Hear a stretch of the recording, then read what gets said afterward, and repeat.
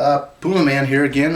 This time I'm going to talk to you a little bit about wiring of the board. Some of the questions that come up is, Pumaman, do you do the wiring, or what? Can I send you my pedals like some other board builders that you know of? No, I don't go to that point, and the reason why is I'm just one guy and I couldn't keep up with the orders at all if I had to do wiring as well. Plus, I'm not any good at it. I wouldn't trust my soldering as well as I do my Tolexing and everything else I do. So anyway, whenever you have new tricks, you can figure that you will be responsible for soldering into your wires of your first and last pedals in the chain or in the effects loop, if that be the case. So new tricks, plan on doing a little bit of soldering. It's just two connections. It's pretty simple deal. As far as the patch cord, if you get a patch cord going from your socket to your power supply, I install that for you. It's a real simple deal. It's all screwed in and color coded, and so I'm happy to do that for you. Again, talking a little bit about whether or not to run your cables up through the hole or run them up individual. It's totally up to you.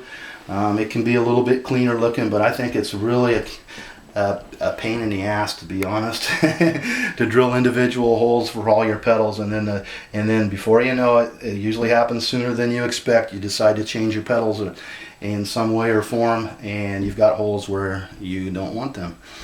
Although if you do keep the holes small, they don't show too bad under the Velcro if you do that. The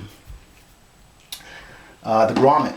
You got two different sizes of grommets. All these boards here happen to have the small grommets, a 3/4 inch. There's a larger grommet that's 1 3/4. This one works good on smaller boards where you're running basically just your DC cables up, maybe a couple of George L cables since they're a small diameter.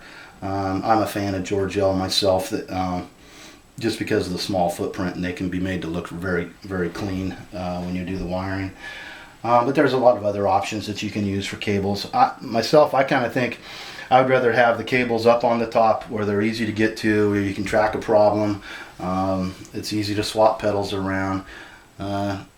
Again, to me, all the advantages of having everything up on top like this far outweigh the advantage of individual holes and maybe looking a little bit cleaner.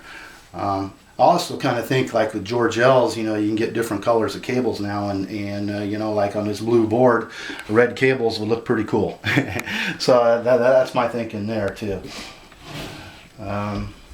So that's about all I wanted to talk about, I think, on the wiring. Again, as far as where you want to put your jacks and your outlets, it's all a very personal thing.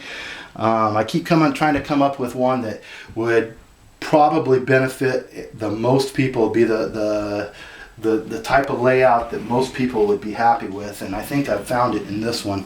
And what I've done with this one is you got the one out on the side for your guitar. My thinking is that most of us are right-handed playing, and that if you have that cable over here, all the other cables should be on the opposite side so that you're not having your cables laying across the top of each other. And you put everything on this side, and then you got your power coming out, and then you're out from the amp, and then the effects loop. If you have an effects loop, if you don't, then they're there. We change amps just like we change pedals.